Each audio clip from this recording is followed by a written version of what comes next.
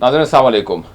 मुबाहिसा में आप सभी का खैर मक़दम है। मैं हूँ आपका मेज़बान सैयद बाक़िर। आज के इस प्रोग्राम में हम कौमी सूरत हाल हालात पर बड़ी ख़बरों पर नज़र डालेंगे और इसके साथ साथ बैनुल-अक़वामी सतह पर भी जो सूरत हाल बनी हुई है उसका जो है जायज़ा लेंगे। बिलख़ुसूस गाज़ा की हम बात करेंगे क्योंकि गाज़ा में इजरायली बर्बरियत वो रोज़ बरोज़ बढ़ती ही जा रही है और दुनिया खामोश तमाशाई बनी हुई है। इस पर हम बात करेंगे, लेकिन आगाज़ करेंगे वक्फ़ तरमीमी क़ानून के हवाले से। सुप्रीम कोर्ट में आज जिस तरह की समाअत हुई या वक्फ़ तरमीमी क़ानून को जो चैलेंज किया गया, तो इस पर जो आगाज़ हुआ, जो दलाइल पेश किए गए, जिस तरह से चैलेंज किया गया और फिर इसके साथ साथ सुप्रीम कोर्ट का जो इब्तिदाई अगर हम कहें तो जो ऑब्ज़र्वेशन रहा या फिर तबसरा रहा वो किस तरह से रहा और अब आगे के हवाले से क्या उम्मीद की जा सकती है और किस तरह के खदशात भी बने हुए हैं, इस पर हम बात करेंगे। और अहमदाबाद में बड़े पैमाने पर यानी बिल्डोज़र क्रैकडाउन चल रहा है और इस क्रैकडाउन में किसके मकानात बड़ी तादाद में जद में आ रहे हैं और किसके मकानात बड़ी तादाद में यानी इल्लीगल हैं, उसका जायज़ा लेंगे। और इसके साथ साथ हम बात करेंगे कि फिर एक बार यानी क्या कोरोना वायरस वो जो है दस्तक दे रहा है या दे चुका है, क्योंकि बैरून ममालिक अगर हम बात करें सिंगापुर की, हांगकांग की, थाईलैंड की, जापान की, चाइना की, तो यहाँ पर केसेस सामने आए हैं और भारत में भी तकरीबन 260 के करीब केसेस जो है एक्टिव बताए जा रहे हैं। बहरहाल ये केसेस जैसे ही सुनाई देते हैं तो बहुत सारी जो माजी की यादें हैं, बड़ी यानी खौफनाक यादें वो नज़रों के सामने आ जाती हैं, लेकिन बहरहाल उम्मीद ये करते हैं कि इस मरतबा ऐसी कोई बात नहीं होगी।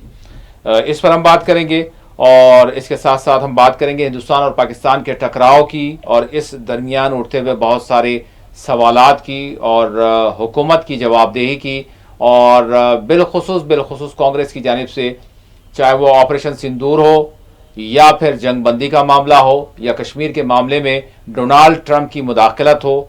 और अब इसके साथ साथ एक और सवाल पिछले 72 घंटों के दौरान कांग्रेस की जानिब से ये उठाया जा रहा है कि हमारे वजीर खारिजा एस जयशंकर ने पाकिस्तान को यानी हमले से पहले, ऑपरेशन सिंदूर से पहले इत्तला क्यों की कि हम हमला कर रहे हैं लेकिन फौज पर हमारा हमला नहीं है बल्कि दहशतगर्दों के ठिकानों को हम निशाना बना रहे हैं। तो कांग्रेस की जानिब से मुसलसल प्रेस कॉन्फ्रेंस करते हुए ये सवाल रेस किया जा रहा है कि क्या यही आपका बताना वजह बना कि जिसकी वजह से जो सरगने थे दहशतगर्दों के वो मारे नहीं गए।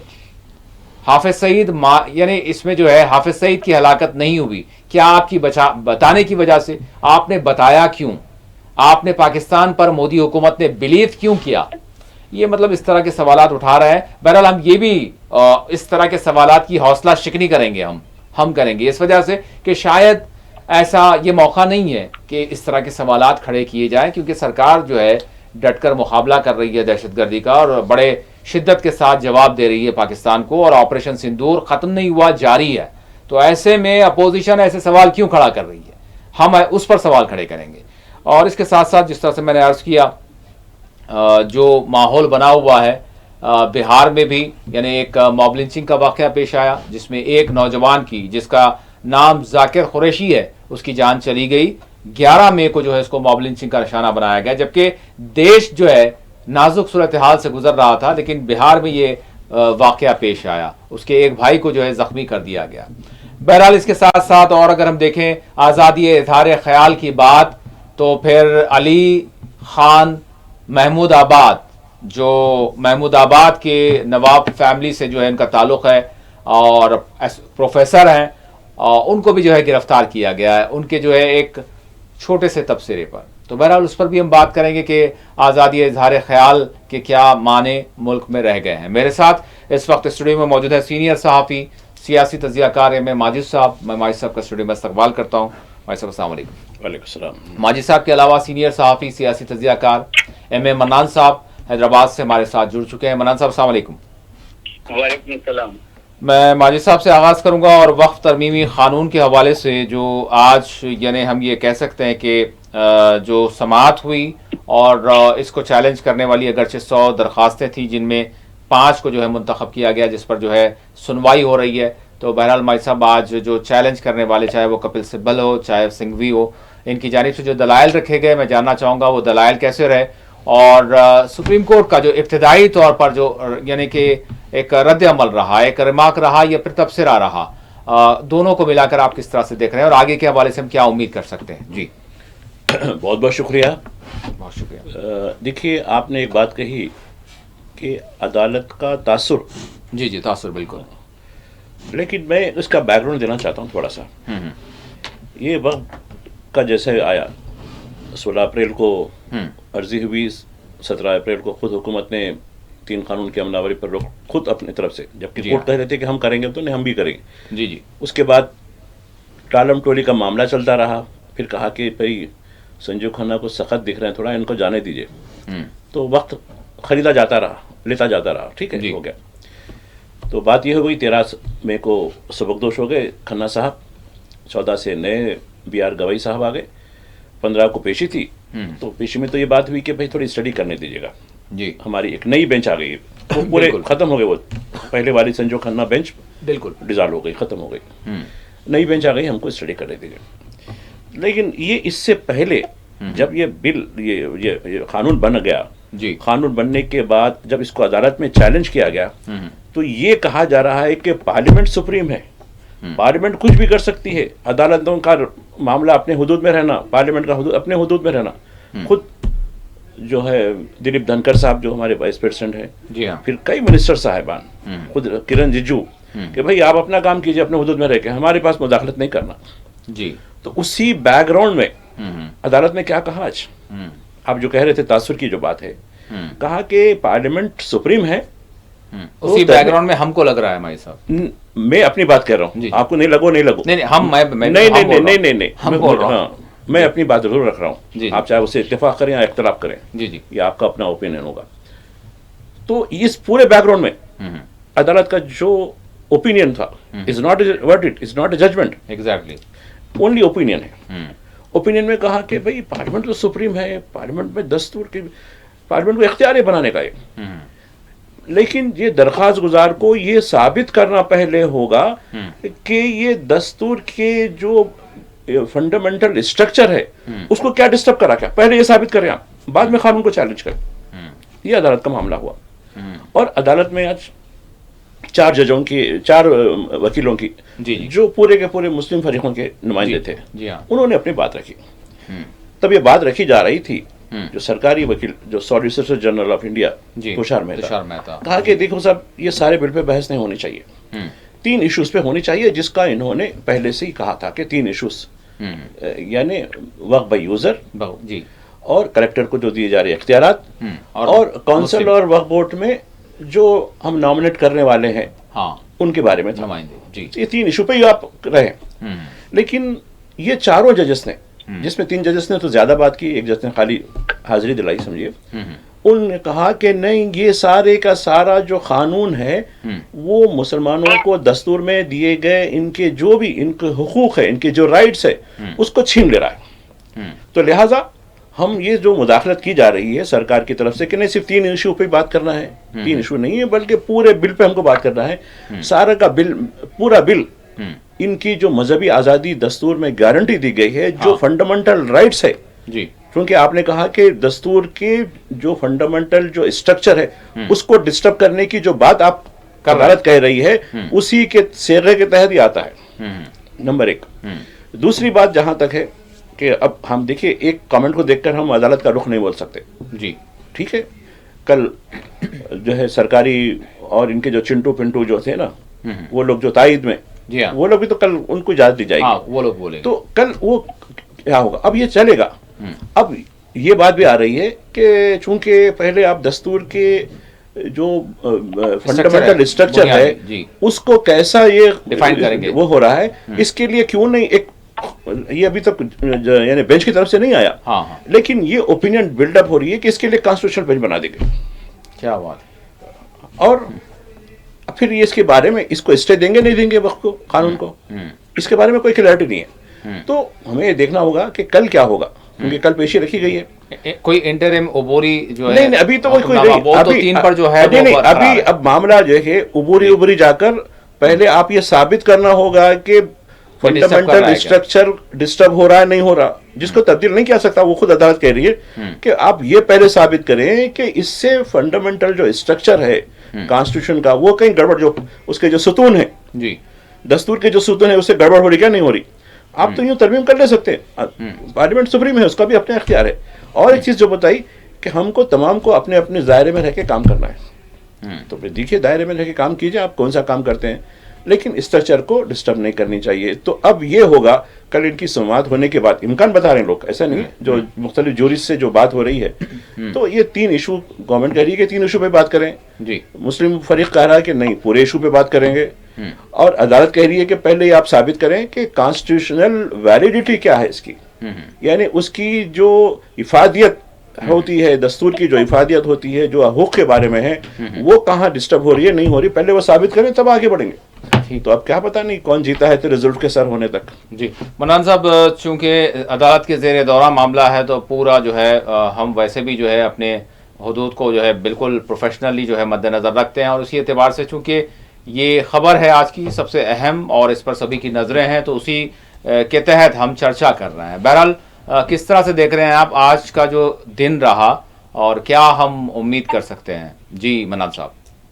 नहीं डॉक्टर भाई, जैसे अभी माजिद भाई ने बोला कि आप जो ओरिजिनल आपका कॉन्स्टिट्यूशनल वैलिडिटी वाली जो बात थी वो उसको बिल्कुल आप साइड में करते जा रहे हैं, वो इशू नहीं रहा अभी।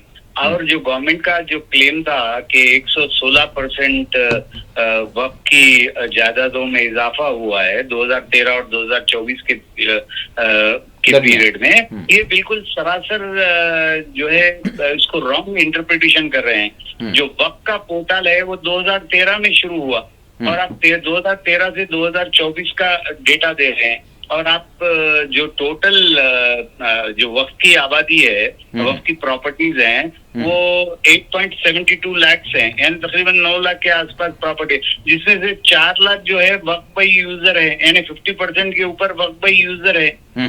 फिर दूसरी चीज, जो वक्त की सर्वे, जेपीसी की रिपोर्ट की बात ही कर रहा हूं मैं, जेपीसी सर्वे ने खुद कहा, रिपोर्ट में कहा है कि 5 आउट ऑफ 28 स्टेट्स जी और 4 यूनियन टेरिटरी में सिर्फ 5, 28 में से 28 और प्लस 4 32 स्टेट्स और यूनियन टेरिटरीज में सिर्फ 5 स्टेट्स ने सर्वे किया है वक्त का।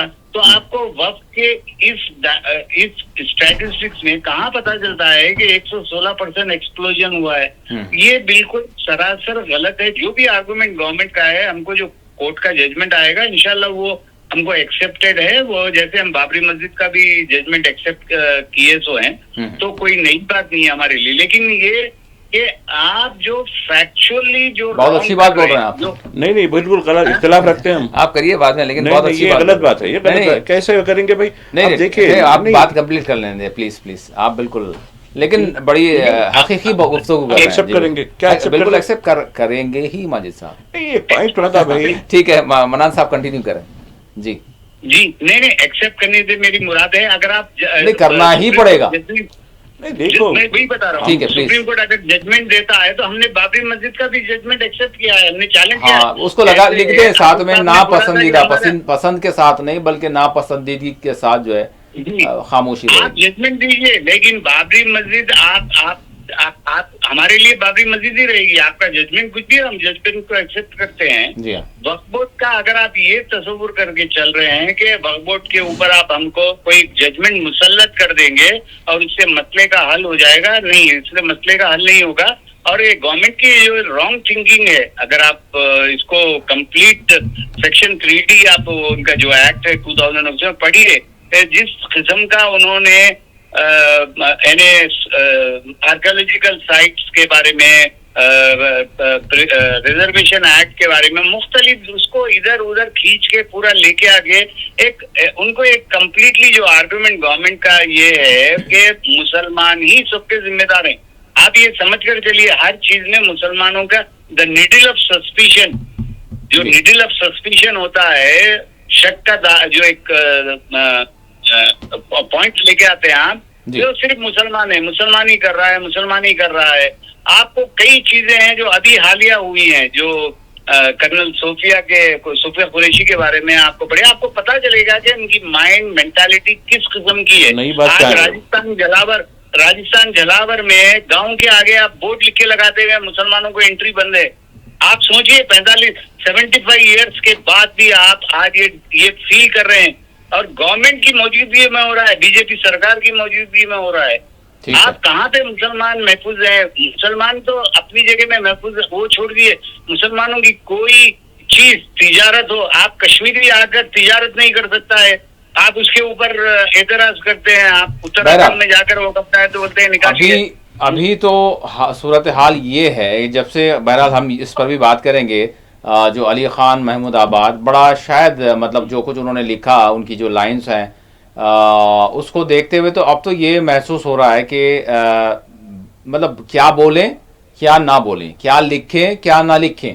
मतलब हो सकता है शायद हम ही इतने जो है यानी कि कमज़ोर हो चुके हैं, या फिर हमारी सारी चीज़ें ख़त्म हो चुकी हैं, जहनी सलाहियत वगैरह वगैरह, क्योंकि नाजुक सूरत हाल इतनी है कि हम जो बोल रहे हैं पता नहीं उसके माने क्या निकल जाए। तो इसकी वजह से हर चीज़ को देखा जा रहा है और हर चीज़ को पढ़ा जा रहा है, और हर चीज़ का जो मतलब जो है जो एकदम से समझ में आ जाए, उसके अलावा भी बहुत सारी चीज़ें देखी जा रही हैं, क्योंकि सूरत हाल नाजुक है। तो ये सिचुएशन इस वक्त है, तो बहुत ही संभल कर बात करने की ज़रूरत है, पता नहीं किसका क्या मतलब निकल जाए। जी भाई साहब, बहरहाल अभी क्योंकि हालात दुरुस्त नहीं है, तो अंदर के हवाले से हम सब कुछ भला चंगा है, ऐसी बातें करें तो शायद सबका मनोबल बना रहेगा और किसी को कोई एतराज़ नहीं होगा। माजिद साहब जी, अली खान के इशू पे बात करना नहीं, मैं उनके बाद में आएंगे, लेकिन उससे पहले जो आप इख्तलाफ कर रहे थे तो मैं उसी हवाले से जानना चाहूंगा। मानना तो पड़ेगा आपको किसी भी तरह। देखिए, बाबरी मस्जिद का जो जजमेंट आया जी, वो आप जजमेंट शायद मेरे से ज़्यादा हमारे मन्नान साहब काफ़ी जो है वो देखते हैं, मैं तो उतना नहीं देख पाता हूँ। वो पढ़िए उसमें क्या लिखा है, जस्टिस रंजन गोगोई ने क्या लिखा है जी, और उनके 2-3 जजेस में क्या लिखा है उसके अंदर। उसमें उन्होंने तो ये बात वाजे कर दी कि यहाँ कोई मंदिर के आसार नहीं थे, ना ही कोई मंदिर निकला, यहाँ पूरी तरीके से क्लियर है बात। जबकि जो मुहिम चलाई गई 80 से रामरथ यात्रा के, यहाँ मंदिर था, मंदिर को तोड़कर जो है मीर बाकी ने जो सिपह सालार थे बाबर के, उन्होंने ये तामीर की थी। ये बिल्कुल गलत हो गया, नंबर 1। नंबर 2, ये बताया गया है कि चूँकि फेथ यानी आस्था का जिक्र किया गया, जजमेंट में ये लफ्ज़ है आस्था, जो फेथ होता है, मेजॉरिटी का फेथ है, मेजॉरिटी कम्युनिटी का फेथ है, उनके फेथ को रेस्पेक्ट करते हुए हम ये इलाका ट्रस्ट को, जो राम जन्मभूमि ट्रस्ट है, उसके हवाले करते हैं। नंबर 1। 2 नंबर 3, चूँकि जिस इलाके में बाबरी मस्जिद थी जी, और वो मस्जिद से महरूम हो गए हैं, लिहाजा हम यूपी सरकार को ये हुक्म देते हैं कि उनको फैज़ाबाद, अब शायद नाम बदल दिया शायद उसका, कुछ जो भी हो, खैर जी, ज़िले फैज़ाबाद में इनको इतनी ज़मीन दी जानी चाहिए, 5 एकड़ कुछ है वो, ये दी जाए। ये हो गया। नंबर 4, ये मेरा नहीं है, ये रंजन गोगोई और उनके जितने साथी जज थे, इससे पहले चीफ जस्टिस बने देखे बेचारे जी, महाराष्ट्र के थे बेचारे, चले गए वो। तो खैर उसमें क्या लिखा गया है कि ये आखिरी है, ये ऐसा जजमेंट, इसकी कोई प्रेसिडेंस यानी नज़ीर नहीं ली जा सकती कभी भी आइंदा। This is the final. ये 4 पॉइंट्स मैंने, और भी पॉइंट्स है, लेकिन जो आपके जो सवाल है उसके मुताबिक ये हो गया। अब दूसरी बात, आप कह रहे हैं कि हम भी कबूल करेंगे, कैसे कबूल करते?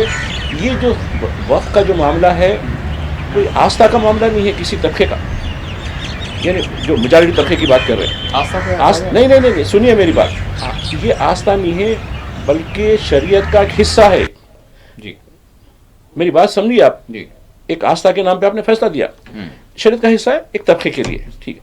लेकिन सबसे अहम सवाल दस्तूर में दी गई फंडामेंटल राइट्स के हवाले से, ये कर देंगे तो कल के दिन कोई भी फंडामेंटल राइट्स खत्म हो जाएगा, कॉन्स्टिट्यूशन खत्म हो जाएगा।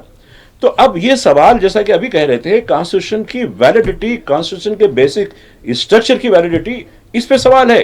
ये सवाल किसी आस्था का नहीं है अब जी, ये समझ लीजिए। तो ये कह रहे नहीं वो भी था, आप ये कबूल करेंगे। अब ये एक फ्लैश पॉइंट आ जाता, अब कबूल करने की सलाहियत नहीं रही। अब जिस्म जो है यानी जिस्म जो है हमारा जिल्द छोड़ चुका है। अब फाइनल चीज़ होनी चाहिए, हर चीज़ का अब हेड ऑन मुकाबला करने की ज़रूरत है, चाहे वो कानूनी तौर पर हो, सियासी तौर पर हो या अवामी तौर पर हो। अब बहुत हो चुका है, पानी सर से ऊंचा हो गया है। पहलगाम से लेके ऑपरेशन सिंदूर के दौरान देखिए आप 15 दिन के अंदर ह्यूमन राइट्स की रिपोर्ट आप भी देखिए ना, अभी शायद भेजाए होंगे मुझे। 184 वाक़यात की पूरी तरीके से लिस्ट दी गई मुकामात के साथ। 5 लोगों की हलाकत, अब आप एक हलाकत हो गई इसके बाद हुई ऑपरेशन सिंदूर, यानी ऑपरेशन सिंदूर से पहले और वो आतंकी हमले के बाद से 15 दिन का जो वक्त था, यानी 22 अप्रैल को हुआ था, फिर बाद में हमने 7 मई को। जी हाँ, नहीं ये 15 दिन का वाक़या है जी। आप क्या कहाँ ले जाना चाहते हैं इस मुल्क को? और आप देखिए विजय शाह तो आसानी से फिर रहा है, अली खान साहब अंदर चले गए। तो और मैं देख रहा था, खैर अली खान जब की बात होगी तो मैं बात करूंगा, वो रीनू भाटिया बल्कि वो चेयरमैन है, महिला चेयरपर्सन, हाँ, उससे सवाल कर रहे हैं नहीं इनका बैकग्राउंड। तो पूछा गया भाई क्या बैकग्राउंड है इनका? नहीं नवाब आप महमूदाबाद थे ना, वो पार्टीशन से पहले मुस्लिम लीग को चंदा दिए थे। वाह, तो ये बैकग्राउंड है। अरे वाला वाह वैलिड बैकग्राउंड है, लिहाजा इन्हों एंटी नेशनल है। ये खुल के बोल रही उन्हें। उस वक्त नवाब ऑफ महमूदाबाद इनके जो दादा थे वो जो है चंदा दिए जी, मुस्लिम लीग को चंदा दिए, और मुस्लिम लीग जो है पार्टीशन कराई। तो चंदा देने का भी इन्हों भी मुलजिम हो गए। अब चलो इनका बैकग्राउंड ऐसी है तो लिहाजा ऐसी होता है, लिहाजा इनके ऊपर सिडिशन का केस फिट होता है। वाह क्या बात है भाई। ठीक है मनान साहब, बहरहाल इस तरह की सिचुएशन, इस तरह की सूरत हाल है। मैं आपसे जानना चाहूँगा इसी के साथ साथ यानी अहमदाबाद में अगर हम देखें बिल्डोज़र क्रैकडाउन्स की अगर बात करें तो बड़ी तादाद में जो क्रैकडाउन चल रहा है, इस ज़िमन में बात ये आ रही है कि जो क्रैकडाउन हो रहा है उसमें ख़ास वर्ग के 2 वर्ग हैं, जो मुल्क की बड़ी अक्सरियत भी शामिल है उसमें, फिर अक़लियत भी शामिल है इसमें। तो ये जो क्रैकडाउन हो रहा है जिसको इलीगल जो है जितने भी जो है कब्ज़ात थे वगैरह वगैरह इस हवाले से कहा जा रहा है, तो बहरहाल इस पर भी सवाल उठ रहे हैं। मैं अहमदाबाद की बात कर रहा हूँ, गुजरात के। जी नहीं, आप देखिए बागर भाई, आप सुप्रीम कोर्ट का जजमेंट वेरी क्लियर है। आपने सो कॉल्ड बिल्डोजर जस्टिस का जो वर्ड टर्मिनोलॉजी यूज की है, बीजेपी की देन है ये टर्मिनोलॉजी। आपको सुप्रीम कोर्ट के बैन का आप उल्लंघन कर रहे हैं, आप यूपी में कर रहे हैं, लखनऊ में कर रहे हैं। सुप्रीम कोर्ट जजमेंट दे रहा है, आपको फाइनेंशियल फाइन इम्प्लीकेट कर रहा है, लेकिन आप मानने को तैयार ही नहीं है। आप गुजरात में जो जिस किस्म का आप प्रॉपर्टीज का लगाए हैं, जिसका 60-70 स्ट्रक्चर्स को डिमोलिश करने का, भाई इतनी फास्ट करने की क्या जरूरत है आपको? कोई दूसरे शहर में ऐसे कर रहा है क्या? और नवंबर 2024 में एपेक्स कोर्ट ने कंप्लीट बंद कर दिया है।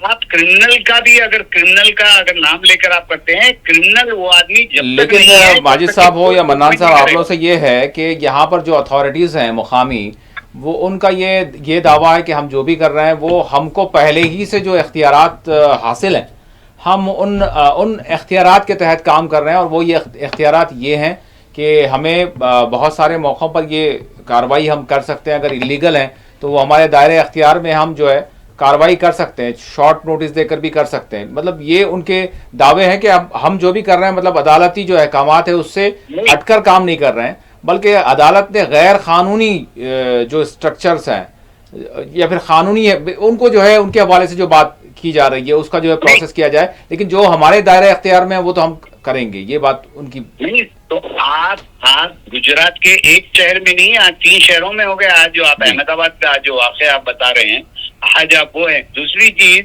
क्या हैदराबाद में हाइड्रा तक प्रॉब्लम नहीं हुआ? क्या चेन्नई में नहीं हुआ? क्या दिल्ली में नहीं हुआ? दिल्ली में आज भी हो रहा है, सबको पता है। सुप्रीम कोर्ट का जजमेंट वहां पे आप ये बिल्कुल मानकर चलिए कि जहां बीजेपी की गवर्नमेंट है, जहां पे संघी मेंटालिटी एडमिनिस्ट्रेशन की है, वहां पे इस किस्म के वाकयात हो रहे हैं। और बड़ी बदबख्ती की बात यह है कि सुप्रीम कोर्ट के क्लियर कट गाइडलाइंस के होने के बाद, उनका जजमेंट होने के बाद, सुप्रीम कोर्ट ने यहाँ तक कह दिया कि हम अपनी गाइडलाइंस बनाएंगे। ब्रॉड गाइडलाइंस दे दी है उन्होंने, अब क्या आप बताइए, सुप्रीम कोर्ट लिख के डूज एंड डोंट देगा, क्या ये ऑफिसर का काम नहीं है ऑफिसर का कि सुप्रीम कोर्ट के ऑर्डर को इम्प्लीमेंट करें? ये ऑफिसर्स भी जो है, जो पॉलिटिकल पार्टी जो हुकूमत कर रही है, चाहे वो बीजेपी हो या कोई और, मगर ज्यादातर बीजेपी के इलाकों में हो रहा है, बीजेपी जहाँ गवर्नमेंट बना रही है, ये ऑफिसर्स उनके हैंड इन ग्लोव्स हैं, उनके हाथ मिलाए हुए हैं। ये वाकया जब तक नहीं हो, ये होएगा, खत्म नहीं होगा जब ऑफिसर और गवर्नमेंट के बीच में एक क्या बोलना चाहिए, आप तालमेल जो है वो खत्म हो। आप माजिद साहब से पता, आप बोलिए, सी अर्जुन राव बल्लिया के कमिश्नर थे यहाँ पे म्युनिसिपल कॉर्पोरेशन ऑफ हैदराबाद। वो जमाने में जब माजिद साहब हम अपनी जर्नलिज्म की कैरियर के शुरुआत में थे, इतना स्ट्रिक्ट ऑफिसर था वो, किसी आदमी को नहीं मानता था, हिंदू मुसलमान वाली बात नहीं थी, लेकिन लोग इसलिए मानते थे कि क्योंकि वो स्ट्रेट फॉरवर्ड था। आज आप कोई ऑफिसर को स्ट्रेट फॉरवर्ड बोलना एक बिल्कुल एक तौहीन की शक्ल अख्तियार कर गया है। आज ऑफिसर अगर कुछ काम कर रहा है, हाइड्रा का कर रहा है, तो 50 किस्म के उसको आप पॉलिटिकल उसकी एफिलिएशन दिखा देते हैं, उसके बिजनेस इंटरेस्ट बता देते हैं, आप इस किस्म का। तो मेरा सिर्फ यही है कि सुप्रीम कोर्ट के ऑर्डर को भी इन्होंने रद्दी की टोकरी में डाल रहे हैं, डाल दिया है कई जगहों पर और डाल भी रहे हैं। ठीक है मन्नान साहब, मैं आपकी तरफ आऊंगा। भाई साहब हम ब्रेक पर जाएंगे 2 मिनट में।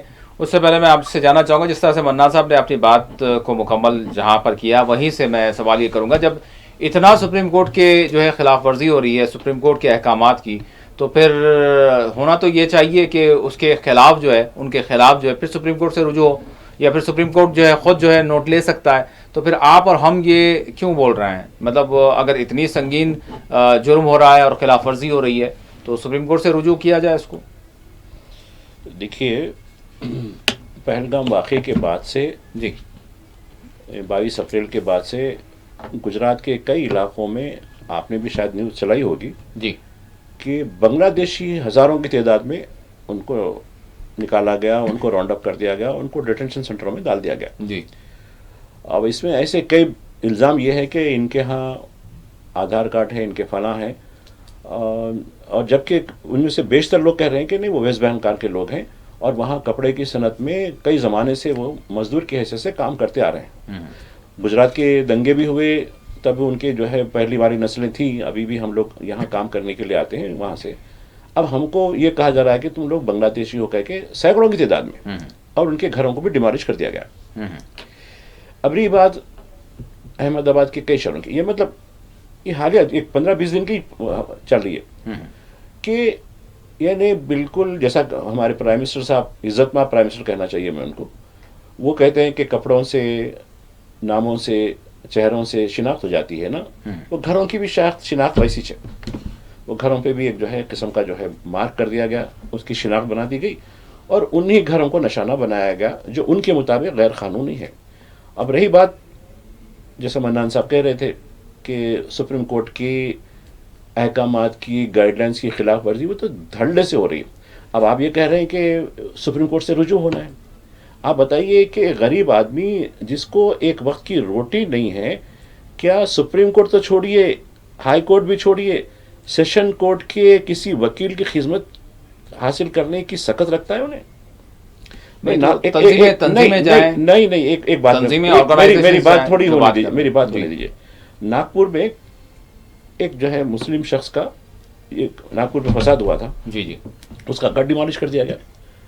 वो बड़ा आदमी हार नहीं माना, सुप्रीम कोर्ट गया, सुप्रीम कोर्ट ने फिटकार लगाई, ये तुम क्या किया, तुम लोगों ने ऐसा किया। तो अब जैसा कह रहे म्यूनिसिपल इंजीनियर को कुर्बानी का बकरा बनाया, क्या उसमें एफिडेविट लिखता है कि नहीं मुझे नहीं मालूम ये कानून है, सो आपने ऐसी कोई गाइडलाइंस दी सो वो भी नहीं मालूम है। तो सुप्रीम कोर्ट ने उस पर भी फिटकार लगाई कि इसके खिलाफ कार्रवाई करो, लेकिन पीछे सियासी ताकत है ना उसके जी। तो एक बल्कि खैर उन्हें अगर नौकरी से भी जाता है तो जाके वजीर बन जाता दूसरे दिन जी। तो ये, और इन लोगों को कुछ जरी भी, कोर्ट की जरिए भी जो है लाज लज्जा तक नहीं है लोगों को। अरे होते भाई हमारे साथ तो बॉसेस लगे हुए हैं, छोड़ो ये गए तो नौकरी। अब जैसा कि वो शेखर गुप्ता यादव इलाहाबाद हाई कोर्ट का, हाई कोर्ट रूम में उसने क्या बात कही थी, चट मुल्ले कट मुल्ले क्या क्या बोले और क्या क्या नहीं बताया, क्या उसके खिलाफ कुछ कार्रवाई हुई है? उन्हें तो इंतजार में था कार्रवाई हो जाओ, भाई मैं मिनिस्टर बनता हूँ, बोल रहा हूँ, खुल के बोल रहा हूँ, डर रहा भी नहीं। ठीक है। तो जहां कानून की पासदारी, जहां कानून का खौफ खत्म हो जाए तो लाकानूनियत हो जाती है। जब लाकानूनियत हो जाती है तो फिर वैसे मुल्क का, वैसे समाज का खुदाई हाफिज होता है। ठीक है, बहरहाल एक छोटा सा नाज़रीन यहाँ पर ब्रेक लेंगे। ब्रेक के बाद दीगर जो मौज़ूआत हैं, जिस तरह की सूरत हाल है और जो बड़ी खबरें आज दिन भर में बनी, उस पर भी हम नज़र डालेंगे। एक छोटा सा यहाँ पर ब्रेक लेते हैं। ब्रेक के बाद मुबाहिसा में आप सभी का दोबारा खैर मकदम है। बहरहाल जिस तरह के हालात और यहाँ पर इज़हार ख्याल की आज़ादी की बात फ़िलहाल क्या करें। बहरहाल मैं जानना चाहूँगा बिल्कुल इख्तिसारन, जिस तरह से अली ख़ान, प्रोफेसर अली ख़ान जो अवध के, या फिर हम ये कहेंगे कि महमूदाबाद बिल्कुल वहाँ से इनका ताल्लुक है, एक रियासत रही है वो, और उनका खुद खिला जो था, उनकी जो हवेली थी अंग्रेज़ों के दौर में, क्योंकि अंग्रेज़ों को उन्होंने तस्लीम नहीं किया था तो उनकी सारी हवेली को इन्होंने मसमार किया था अंग्रेज़ों ने। और बहरहाल बहुत बड़ी दास्तान है, लेकिन उनका ये जितने तबसरे सामने आ रहे हैं कि उनका एक एटीट्यूड ये रहा कि हमेशा वो ख़ानदान का भी, चाहे वो हिंदू हो, मुसलमान हो, सिख हो, ईसाई हो, सबके दरमियान जो है एक मोहब्बत, प्यार और यकजहती का जो है इन्होंने हमेशा जो है काम किया है। लेकिन बहरहाल उस शख्सियत के हवाले से भी कंप्लेंट की जाती है और उनके जो तबसरा उन्होंने किया तो उसको यानी नफ़रत फैलाने वाला कहा गया और देशद्रोही जो है, इस तरह के जो इल्ज़ामात आयद कर दिए गए और उनको जो है गिरफ्तार कर लिया गया। जी मौलाना साहब, बिल्कुल इख्तिसारन मैं इसलिए सवाल कर रहा हूँ, बहरहाल उनका क्या होगा और उनके हवाले से केस कहाँ तक जाएगा और अदालत क्या करेगी, ये अलग गुफ्तगू हो गई। लेकिन यहाँ पर मैं इन जनरल बात करूँगा आपसे। गुज़िश्ता रोज़ भी मौजूद मेहमान से मैंने सवाल किया था कि अब इज़हार ख्याल की जो आज़ादी है उसका जो पैरामीटर है उसके बारे में आपको भी थोड़ा सा जायजा लेना होगा कि आप क्या बोल रहे हैं, माजिद साहब क्या बोल रहे हैं, मैं क्या बोल रहा हूँ। थोड़ा संभलने की बात इसलिए कर रहा हूँ मैं आपसे। जी जी नहीं, आप देखिए ये इनका प्रोफेसर बहुत ही पॉलिश करें अल्फाज को, जुमलों को, मैं बार बार अर्ज कर रहा हूँ, पता नहीं उसके मीनिंग क्या निकल जाए, इसके लिए प्लीज। जी प्रोफेसर अली खान महमूदाबाद के बारे में जो कह रहे हैं जी, आप उससे पहले भी कई ऐसे लोग हैं जो इज़हार ख्याल किए और वो सफर भी हुए हैं और मुतासिर भी हुए हैं। उसमें एक नाम है शाहरुख खान का। उन्होंने जिस किस्म का उस जमाने में बयान दिया था कम्युनल के बारे में, उनके फर्जन के बारे में भी, उनके साथ क्या हुआ। अगर आप इनको ये सोच रहे हैं कि प्रोफेसर अली खान का, उनका खानदान का बहुत बड़ा कंट्रीब्यूशन रहा है, ये आज जो हम जिस हिंदुस्तान में आज रह रहे हैं वहां पे पहले के आपके कंट्रीब्यूशन के बारे में कोई नहीं जानता, कोई जानना भी नहीं चाहता है। मुसलमानों का जो कंट्रीब्यूशन रहा है, मुसलमान सबसे ज्यादा फ्रीडम फाइटर्स रहे हैं, जो शहीद हुए हैं, वो आप सुनना नहीं चाहते। आप आज वही सुनना चाहते हैं जो मोदी साहब या जो भी बीजेपी गवर्नमेंट सुनाना चाहती है। आप हर किसी मुसलमान को किसी न किसी तरीके से, चाहे वो शर्जिल इमाम हो, चाहे आप कोई भी उमर खालिद हो, कोई भी आप निकाले, आप आज चार्जशीट फाइल नहीं कर रहे हैं। आप 4 साल हो गया है आपको, आप इनके बारे में तो बोल रहे हैं।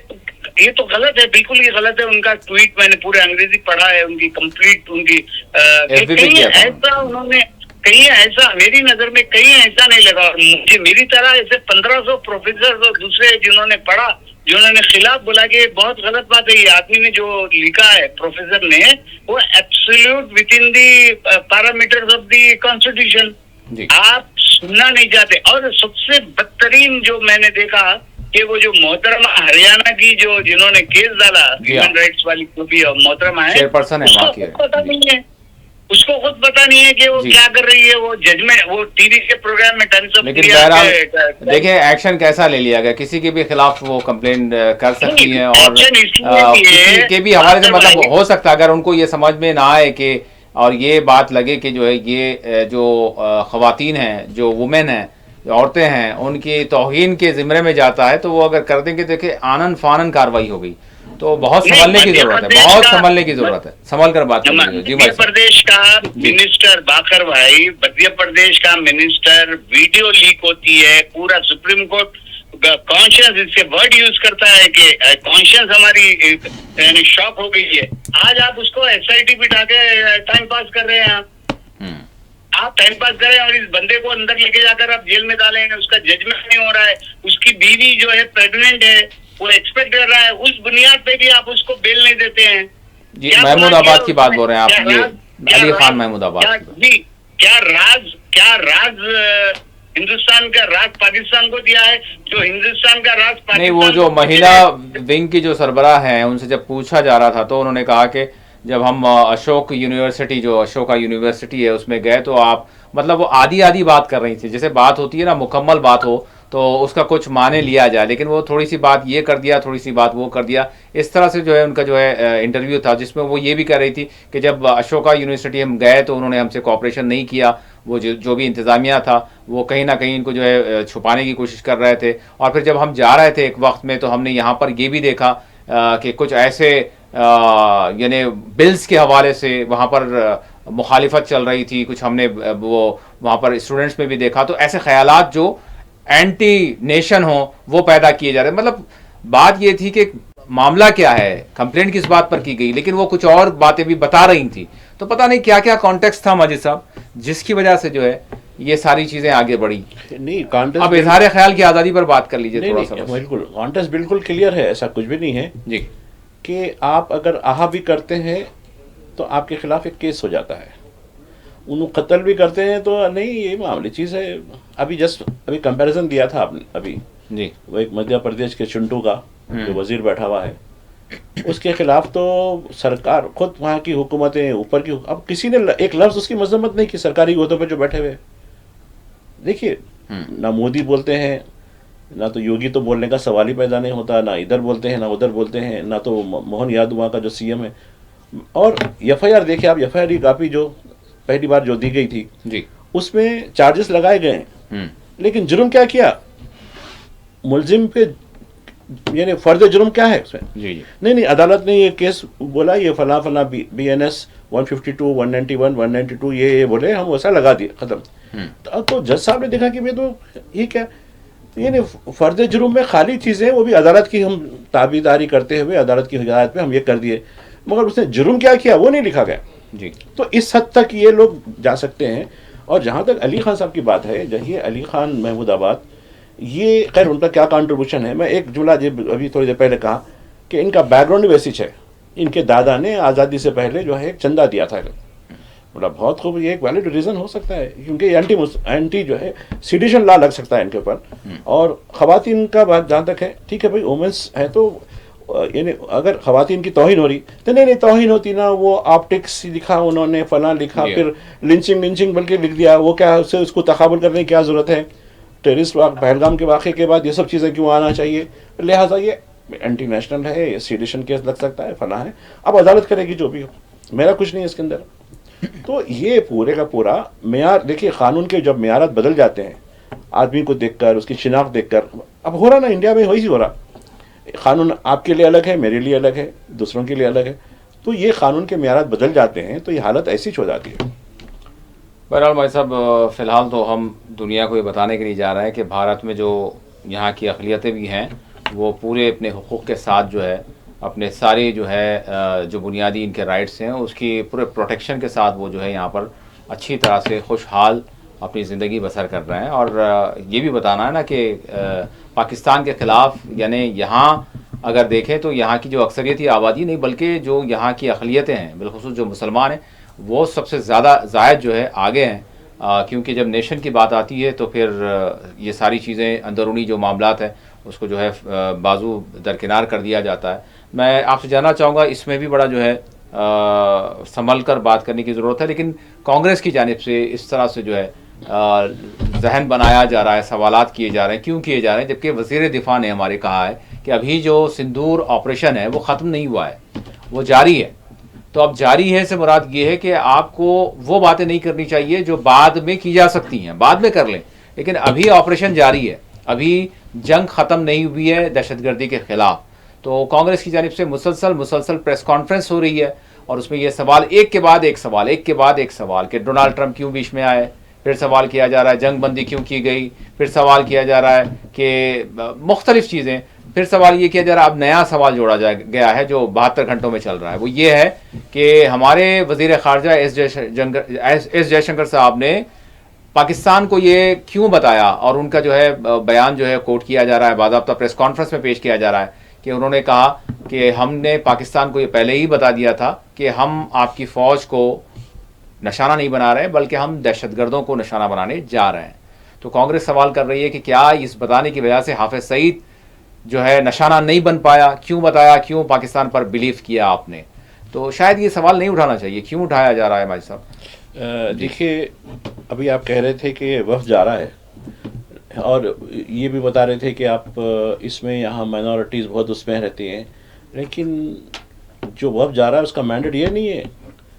दहशतगर्दी और पड़ोसी मुल्क से जो दहशतगर्दी की जो भी चीज़ें जो साथ में मिली हुई सब चीज़ें की जाएंगी, मगर ये हिंदुस्तानी मुसलमानों की या माइनॉरिटीज़ के बारे में नहीं है। यहाँ आप गलत फहमी में है। नहीं, वो बोला गया है, नहीं, आपने सामने आए और बीजेपी के आईटी सेल, बिल्कुल बीजेपी वालों वाले बीजेपी आईटी सेल नहीं, नहीं, आप गवर्नमेंट ऑफ इंडिया का जो ये देखिए एलामिया देखिए, ये वफ्द का जो है, वफ्द को क्या बोलने जा रहे हैं के खिलाफ पाकिस्तान नहीं, का बस वही रोल है। फिर आप लगा दिए उसके अंदर माइनॉरिटी। नहीं, देखिए साहब, ट्विस्ट मत कीजिए, ट्विस्ट करने का इख्तियार सिर्फ बीजेपी आईटी सेल को है। वही कर रहे हैं, वही मैं वही बोल रहा हूं, आपको नहीं है। आप ये नहीं, उनकी बात ये सामने आ रही है। नहीं, आप उसके नहीं, आप उसके पेन हवाले के तहत नहीं, आप कह रहे थे, आप बोलना था हवाले के तहत बोल रहा हूँ। ना, मैं ये कह रहा हूँ कि ये कहा जा रहा है, देखिए इसमें हम पर्टिकुलर किसी पार्टी को ले लें, ये मुनासिब नहीं होगा। अभी जो है और एक बात है, ये तो खैर ठीक है, मैं उसमें मजीद आर्ग्यूमेंट नहीं करूंगा। अब रही बात, देखिए 10 मई को विक्रम मिस्री ने सीज फायर का ऐलान किया था। क्या ये ऐलान विक्रम मिस्री का अपना था? इसको किस तरीके से इनके खानदान वालों को, इनकी दफ्तर को किस तरीके से ट्रोल आर्मी ने जो है पूरा उन पर अटैक किया। अब ये साहब आज सामने आए, अब ये आप बता रहे ना, ये क्या है, लेजर मैन बोलते हैं ना इनको, क्या बोलते हैं आप कुछ नाम रखें ना उसका, तो जयशंकर की बात कर रहा हूँ जी हाँ। तो ये साहब ने पहले से ही दुश्मन को इत्तला कर दी, तो इनको ट्रोल क्यों नहीं हो रहा भाई? क्यों नहीं हो रहा? ये दोहरा मेयार क्यों? इसको भी ट्रोल होना चाहिए। खैर खानदान वालों को तो नहीं करनी चाहिए, मैं तो खैर नहीं करूँगा। विक्रम मिस्री के खानदान को तो आपने कर दिया, उसकी जवान बेटी को आपने ट्रोल कर दिया, उस पर हमला कर दिया।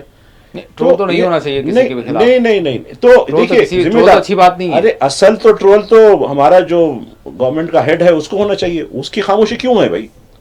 क्यों विक्रम मिस्री के बारे में क्यों गवर्नमेंट क्यों नहीं उठ के खड़ी हुई? ठीक है भाई साहब, अब सवाल यहाँ पर ये है कि नाजुक सूरत-ए-हाल है इस दौरान, इस तरह की बात और एक बात है, कांग्रेस के सवाल पर हम सवाल सुनिए मेरी और एक बात, क्यों कहेगा कि हमारे जो हेड ऑफ द गवर्नमेंट है उनके शरीफ फैमिली के साथ बहुत प्यारे ताल्लुकात हैं उनकी। वो भी देखा मैं जो है, इससे पहले जो है किस तरीके से वो जाके मिले, खाना खाए, पुलवामा से पहले की जो बात हुई थी, जाए बिरयानी खाए और बिना दावत के चले गए थे। आप मेरा दोस्त है बोलकर वो चीज़, वो क्लिप दिखा मैं परसों, अरे निकाल के देखेंगे भाई क्लिप में कैसे कैसे उनके साथ वो हुआ।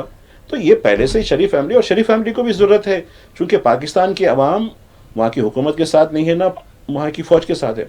तो अब उन्होंने वहाँ भी जश्न हो रहा। ठीक है, नहीं सुनिए, एक अजीब कॉन्टेक्स्ट बिल्कुल डिफरेंट हो जाएगा। ये सुनिए, कांग्रेस उठा रही है, आप अपने तरफ से क्यों सारी बातें कर रहे हैं? नहीं, देखिए कांग्रेस का मौका वाला होगा, आप सवाल मेरे से करें, कांग्रेस से नहीं करें जी। तो मैं कांग्रेस का सवाल पे सवाल नहीं सवाल देखिए, वो कांग्रेस के सवाल पर सवाल किया जी। मेरा एक जर्नलिस्ट की हैसियत से, एक तजिया निगार की हैसियत से मेरा ये जवाब है कि यहाँ पूरी तरीके से हर दो को जरूरत रही ये मामले की, और इस तरीके से ये मामला हुआ। और आप देखिए आज जो है ये होने के बाद पाकिस्तान में भी जाया मेरे को जश्न हो रहा। अरे वाला भाई हमारे पास तिरंगा ला रही, वो कहीं को नहीं, वो क्यों निकाल रहे भाई? अरे नहीं भाई हम लोग आज जीते। अरे सुनिए उसके बाद क्या हुआ, वो बैंड वाले को जो है फील्ड मार्शल बना दिए, बैंड बजाने वाले को। ठीक है, सुनिए आज बड़ा अजीब दिखा मेरे को। अरे बोला ये बैंड मास्टर को फील्ड मार्शल बना दिए। वाह वाह वाह, अच्छा यहाँ भी किसी को बना देंगे, तो अब इनको बना दीजिए, हमारे मोदी साहब को भी फील्ड मार्शल बना दीजिए, क्या हो सकता है? तो ये पूरा खेल है लोगों का। नहीं साहब देखो, यकीनन दहशतगर्दी अपनी जगह है, दहशतगर्दी का खात्मा हम कर रहे हैं, खात्मा कीजिए, किया जाएगा। आपकी नीयत, आपकी नीयत कार्रवाई की जा रही है, ये आपकी नीयत, आपकी जो है अमल, ये दोनों में बड़ा तजाद है। ठीक है, अब ये जो पॉलिटिक्स चल रही है, ये हम तो यही कहेंगे कि जो पॉलिटिकल बात हो रही है, ये बात सही नहीं है, बात सही नहीं है, क्या नहीं होनी चाहिए। लाहौर में उनके घर पे बगैर दावत पुरानी बातें हो गई ना, वो तो बहुत सारी चीजें हुई हैं, बहुत सारी विजिट इधर से भी हुई, उधर से भी हुई है। ये क्या मौका है? ये तो दहशतगर्दी के खिलाफ जो कार्रवाई हो रही है, ये कांग्रेस को नहीं चाहिए। इसको यही पे खत्म कर देंगे। अपोजिशन को नहीं चाहिए, मैं आपसे भी बात नहीं कर रहा हूं, अपोजिशन को नहीं चाहिए कि वो ऐसे मौके पर इस तरह के सवालात खड़े करे, क्योंकि इस वक्त देश जो है अपनी सरहदात की हिफाजत के लिए काम कर रहा है। इस वक्त देश जो है दहशतगर्दी के खिलाफ काम कर रहा है। इस वक्त हमारी फौजों को जो है यानी वो मनोबल फराहम करने की जरूरत है। आप जो है क्वेश्चन रेज करेंगे, इससे जो है उनके मनोबल को आप डाउन करने की काम कर रहे हैं। ये कोई भी इजाजत नहीं दे सकता है। ठीक है, सरकार ने भी कहा है कि ऑपरेशन सिंदूर खत्म नहीं हुआ है। ठीक है, आप इसको समझ रहे हैं? आप क्यों मतलब कांग्रेस हो या कोई भी अपोजिशन पार्टी हो, क्यों सवालात खड़े कर रहे हैं? एक बात सुनिए, आप अभी खत्म कर देंगे, हम गाजा की तरफ जाएंगे। फ्रीडम ऑफ एक्सप्रेशन की तरफ जाएंगे। फ्रीडम ऑफ एक्सप्रेशन की आप बात कर रहे थे जी, तो क्या ये फ्रीडम ऑफ एक्सप्रेशन नहीं है, या फिर violation of freedom of expression है, या फिर सिलेशन केस है? अली खान के ऐसा हम लोगों को भी दाग चले नहीं, ये बात नहीं की जा रही ना, इस तरह ये बात नहीं हो रही है। यहाँ पर सिर्फ पॉलिटिकली जो पॉलिटिकल गेन करने की कोशिश की जा रही है वो ना की जाए। आपने सवाल किया, वो ना की जाए। इंटेलिजेंस नाकाम हुई, आपने सवाल किया क्यों कांग्रेस कह रही है, क्यों कह रही है? मेरा सवाल ये है कि कांग्रेस क्यों कह रही है? तो इनको तो इस्तीफा देना चाहिए। कांग्रेस कह रही है कि क्यों मोदी हुकूमत, तो हम सवाल से करना चाहिए, आपको सवाल ये करना चाहिए कि आखिर क्यों ये उठाया जा रहा है? लोग कह रहे हैं हमेशा को देना, मैं कहता हूं कि मोदी हुकूमत को ही इस्तीफा देना चाहिए। अभी तो अभी मुनासिब हिफाजत के काबिल नहीं हूं। बात है, सारा देश, मेरी गफलत की वजह से सारा देश इस वक्त जो है सरकार के साथ है, क्योंकि मौका ऐसा है। अब यहाँ पर कोई सियासत की जरूरत नहीं है, सारा देश साथ है। यही वजह है ना, सारा देश साथ है, सारी अपोजिशन ने साथ देने का ऐलान किया है। बहरहाल अब हम गाजा की तरफ बढ़ते हैं।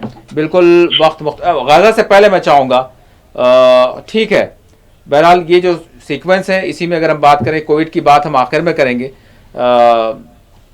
गाजा में जिस तरह की सिचुएशन बनी हुई है, मनान साहब, मैं जानना चाहूँगा कि दुनिया खामोश तमाशाई बनी हुई है और किसी तरह की कोई इमदाद नहीं है, बल्कि इजराइल की जानिब से मजीद उसके जारहाना जो मंसूबे हैं उसका जो है ऐलान सामने आ रहा है। जी मनान साहब, बिल्कुल इख्तिसारन बताएं प्लीज, वक्त बहुत कम रह गया। देखिए, आप इसराइल का कोई दिन ऐसा नहीं है कि हम ये सोचें कि आज का दिन खराब था, आने वाला दिन बेहतर होएगा। और आज जिस किस्म का आप जो अटैक देख रहे हैं, 73 लोग आज जो है शहीद हुए हैं, डिस्प्लेस हुए हैं। 508 दिन के पीरियड में 500 की अमवात हुई है जी। आप यानी कीड़े मकोड़ों की तरफ आ रहे हैं। मुसलमान जो कंप्लीट कम्युनिटी है उनको दर्द है, लेकिन क्या है, रूलर्स कहाँ पे हैं? वो डोनाल्ड ट्रम्प को खुश करने लगे हुए हैं जी। कहाँ पे? मैं तो बिल्कुल बड़ा अफसोस के साथ कहता हूँ, मेरे को, मैं बिल्कुल अभी इस वक्त जो इसराइल का जो मामला है, जिस तरीके की रिपोर्ट्स आती हैं, वो आपको हाईलाइट करते हैं। खुद मुस्लिम ममालिक में जो इसराइल के खिलाफ भी न्यूज छपती है, इसराइल के जो वहां से वेस्टर्न एजेंसीज, न्यूज एजेंसीज देती है, चाहे वो राइटर हो चाहे एसोसिएटेड प्रेस हो जी, वो न्यूज पब्लिश नहीं करते। इतने सहने हुए हैं अरब ममालिक, फलस्तीनियों के बारे में कहाँ से लिखेंगे? और सिर्फ यही आ रहा है कि कतर ने उनको एक जेट दिया है, जेट में ये फैसिलिटीज हैं, जिसमें वो फैसिलिटीज हैं, और पूरा वेस्टर्न मीडिया लिखता है कि डोनाल्ड ट्रंप के साथ कौन कौन आए थे, उनकी फ्लाइट में कौन कौन बैठे थे, किनका क्या कितना बिजनेस है, किनको क्या ये मिला। मैं जितने बड़े बड़े अखबार देखा हुआ, चाहे वॉशिंगटन पोस्ट हो चाहे न्यूयॉर्क टाइम्स हो, आप उनकी जो रिपोर्ट है वो जो ह्यूमन ट्रेजेडी है, जबकि आपको यूनाइटेड नेशन सभी ने फरामोश कर दिया है। अब यानी बस अल्लाह ही के सुपुर्द है, और उम्मीद यही है कि उसी की जात से जो है कोई एक ऐसा फैसला होगा, कुछ ऐसा मामला होगा कि जिसके तहत जो है हम देखेंगे कि ये जो जुल्म है इसराइल का वो खत्म होगा, वरना ये सारी दुनिया के हुक्मरानों से कोई उम्मीद बाकी नहीं रही जी। बासर भाई, थोड़ी देर के लिए तस्वुर कीजिए, यूनाइटेड नेशन का ह्यूमैनिटेरियन चीफ जो वहाँ का ये वो बोल रहा है कि नेक्स्ट 48 आवर्स में 14,000 बच्चे मरेंगे गाजा में, शहीद होंगे। आप थोड़ी देर के लिए तस्वुर कीजिए, 14,000 कितने होते हैं? आप मान लीजिए थोड़ी देर के लिए कि आपकी औलाद है, अगर वही मान लीजिए आपकी औलाद अगर वो शहीद होती है, इसकी वजह से ह्यूमैनिटेरियन जो एड मिल रही वो रोक दिए हैं आप तस्वुर कीजिए थोड़ी। हमने, लेकिन हमारे में कोई थोड़ी देर के लिए भी बिल्कुल एहसास खत्म हो गया है, सेकंड के लिए हमारे पास जरूर माजी साहब, बिल्कुल, लेकिन वक्त कम है। ठीक है, बिल्कुल ठीक है, मैं वक्त के अंदर ही अपनी बात करूंगा, लेकिन एक बहुत बड़ा डेवलपमेंट आप भी चेक कीजिए मनान साहब, मैं भी अभी थोड़ी देर पहले यूके के हाउस ऑफ कॉमन्स की डिबेट देख के आ रहा था। वहाँ जो सेक्रेटरी ऑफ स्टेट है उन्होंने खुले तौर पर ऐलान किया है कि ये अब बहुत नाकाबिल कबूल हो चुका है, ह्यूमैनिटेरियन जो है ऐड नहीं मिल पा रही है। अब हम यूके में तमाम Israeli settlers, individuals and groups पर सैंक्शन लगा देते हैं और हमारी वार्निंग है और डिस्प्लेसमेंट के हम खिलाफ हैं।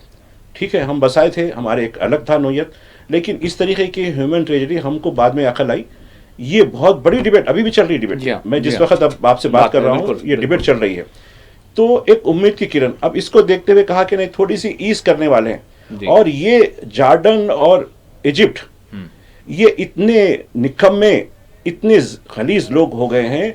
मुझे ये रिपोर्ट मिल रही है कि इनके ट्रक्स तो इनके रखे हुए जरूर हैं, लेकिन ये डेली इनके पास जो तलीबीब को या दीगर शहरों को जो मिल रही है, हाँ, पूरी रसद जा रही है, उनको वेजिटेबल जा रही है, उनको फ्रूट जा रहा है, उनको गैस जा रही है, उनको ग़िज़ा खाना जा रहा है। लेकिन वहां सरहद पे रखे हुए बेशुमार सैकड़ों ट्रक है। देखिए आप वीडियो देखिए, आप रिफा के पास रिफा के नहीं होने दिया जा रहा है। ये है आज एक डेवलप। और ये भी बात की गई है, सेक्रेटरी ऑफ स्टेट जो शायद ब्लैक है निग्रो है, उन्होंने कहा कि हम फलस्तीन को रिकॉग्नाइज करने जा रहे हैं और हम इस सिलसिले में पार्टनर से बात करके एक बड़ा फैसला लेने वाले हैं। ठीक है, देखते हैं। तो ये उम्मीद की किरण दिख रही मुझे। बिल्कुल भाई साहब, आखिरी सवाल, इस सूरत हाल में, क्योंकि हमने देखा 2020 में 19 में तो खैर इसका आगाज़ हुआ था, कोविड क्या दस्तक दे रहा है? मतलब क्या चंद ममालिक में दस्तक दे रहा है या फिर सारी दुनिया में फिर एक मरतबा जो है कोविड की जो जिस तरह के केसेस सामने आ रहे हैं, बिल्कुल हमारे मुल्क में भी? जी देखिए, कोविड के नाम पे जो कुछ हुआ, जिस तरीके से फार्मास्यूटिकल कंपनियों ने, गवर्नमेंट ने जिस तरीके से लूट मूट मचाई, कुछ हमारे पास भी कई कंपनियों ने लूट मूट मचाई, 1-2,500 रुपये का इंजेक्शन 40,000 रुपये तक बिका। तो ये उम्मीद बनी भी है कि चलो हो गया तो हमारे भी कुछ निकल जाएंगे, लेकिन कितनी लाशें निकली हमारे पास। लेकिन मैं समझता हूँ कि हिंदुस्तान में शायद इसके इम्कानात बिल्कुल कम हैं, इसलिए कि ज़्यादा जो वनरेबल इलाका जो है हमारा नॉर्थ का है, और नॉर्थ में जून और जुलाई में गर्मी ज़्यादा होती है। तो ये जो सिम्टम्स हैं, ये बताया जा रहा है कि सिम्टम्स नमी वाले इलाकों में ज़्यादा असर करते हैं, जबकि इससे पहले जो है नमी का कोई ऐसा आसार नहीं है वहाँ। तो लिहाजा मैं समझता हूँ कि हिंदुस्तान के अंदर एक हवा पैदा किया जा रहा है, वो भी एक मेडिकल फ्रैटर्निटी की तरफ से, फार्मास्यूटिकल माफिया की तरफ से। माफिया कहूँगा, फार्मास्यूटिकल नहीं, ये मेरी बात पूरी होने दीजिए प्लीज। माफिया की तरफ से एक हवाला देना पड़ेगा ना भाई साहब, वैसे ही नहीं देखिए, आप बताइए, आप देखिए हवाला देना नहीं, हवाला देखिए आप मेरी बात सुनिए। इसमें महकमा सेहत की जानिब से बात की जा रही है तो बोलना पड़ेगा। बोलिए, ठीक है, हम थोड़ी माहिर है। गवर्नमेंट की कोई नोटिफिकेशन आई? आपकी गवर्नमेंट कोई नोटिफिकेशन आई? नहीं आई। गवर्नमेंट को इससे पहले आ रहे हैं, ये बात एक महीना पहले एडवाइजरी आई थी, ऐसा होने पे हम लोग ये करें। अभी तो बात ये है कि हम इस खबर पर बात कर रहे हैं कि कोविड के केसेस आ रहे हैं। नहीं, केसेस आ रहे हैं तो हम ये देखेंगे कि क्या एहतियात बरतनी चाहिए, वो तो सब मालूम है लोगों को, ये शऊर बेदारी हमारा मकसद है। नहीं, लोगों को सब मालूम है, लोग अच्छी तरीके से वाकिफ हैं, चूंकि जिस किस्म से 2 साल पूरी दुनिया खराब हुए हैं उसका अंदाजा नहीं लगा सकते। ये है कि यहाँ पे वो अलग शक्ल, ये काशन जरूर देते हैं भाई, तबलीगी जमात वाले अपने घरों को वापस हो जाए, बस इतना ही बोल सकता हूँ मैं। ठीक है, बहरहाल कोविड के केसेस नाज़रीन अगर से जो है वो दर्ज किए गए हैं और दुनिया के मुख्तलिफ हिस्सों में भी जो है कोविड के केसेस सामने आए हैं, तो इस हवाले से अपनी सेहत का ख्याल रखें। और फिर हुकूमत की जानिब से जो भी गाइडलाइंस जारी की जाती हैं, अभी तो कोई ऐसी हमेशा की तरह बात ये है कि अगर ऐसी वबाएँ वगैरह अगर सामने आती हैं तो फिर वो सारी चीज़ें जो हम उस वक्त अपनाते थे, कोशिश ये करें कि हम जो है वो एहतियाती इक़दामात को अपनाएं, ताकि जिस तरह से हमने माजी में, पास्ट में इससे जो है नुकसान सहा, बड़ी तादाद में लोगों की जाने गई, तो उससे जो है हम महफूज रह सकें। बहुत बहुत शुक्रिया हमारी साहब, आपने वक्त दिया। मनान साहब, आपने वक्त दिया। नाज़रीन, इसी के साथ खुसूसी प्रोग्राम मुबाहिसा अपने अख्तिताम को पहुँचता है। अल्लाह हाफ़िज़। अल्लाह हाफ़िज़।